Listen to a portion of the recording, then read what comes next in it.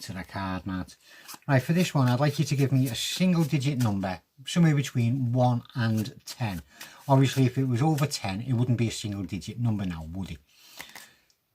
You go middle of the road, you want to say 5. Okay. Right, now, because that 5 looks all lonely on its own, give me another single digit number. Between 1 and 10, obviously. 6. Okay.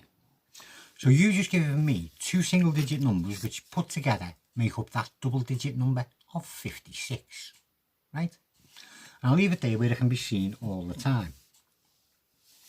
I would now like you to take about half of the packet, so you've got control over some aspect of this. And you take about half of the packet. Right, I'd just like you to give your packet just a bit of a shuffle, and just to make sure that it's completely mixed up and I've got no control over the way any of these cards are. So you get hold of your packet and give it a good shuffle. And when you're happy, take out any card you would like and put it on the table. That will be our starter card, as we will call it. So say you want to take that one there. Right. Now, I've said it's called our starter card because the value of that card will determine what card we take next. If that's a 7, I will count down and we will take the 7th card. We'll take a look at that, and whatever value that is, I will count down that amount of cards and take the one at that value until I've got no cards left to do it with, because they're all in a pile on the table, basically. Right? Now the card you've gone and got is a 5. Nice card. Higher or lower? Higher. Oh, sorry, wrong game. A 5. 1, 2, 3, 4, and the 5th card is a picture card, which we will class as 10 because that's the norm for pontoon or 21, whatever way you call it. So 10. We'll now count to the 10th card. 1, 2, 3, 4, 5, 6, 7, 8, 9, and 10. And that is a 10. And have you noticed how fair I'm doing this? Watch me like a hawk. 1, 2, 3, 4, 5, 6, 7, 8, 9, and the 10th card is a 9. 1, 2, 3, 4, 5, 6, 7, 8, and 9. That's a 2. 1 and 2. That's a 10.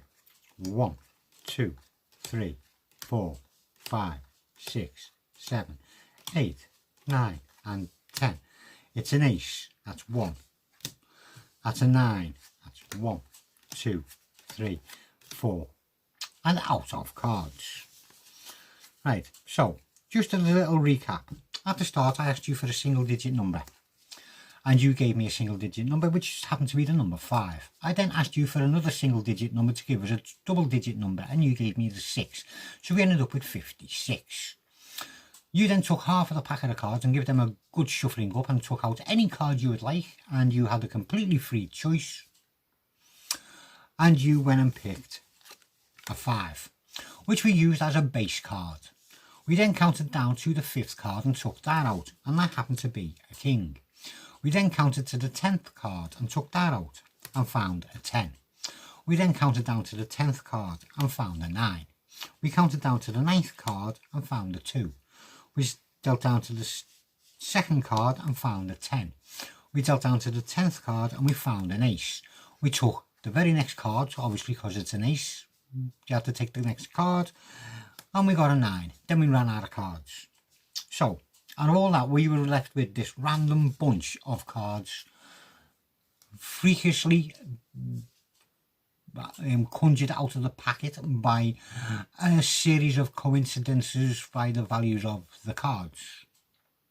Now, if we add up the values on all of these cards, we'll get 9, and 1 is 10, and 10 is 20, and 2 is 22, and 9 is 31, and 10 is 41, and 10 is 51, and 5 is 56, which just happens to match the 2-digit number you gave me right at the start.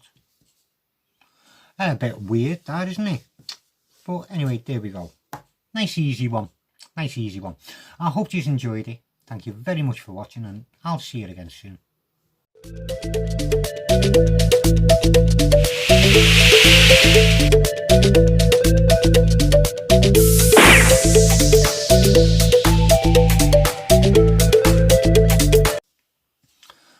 again and welcome back to the card mat.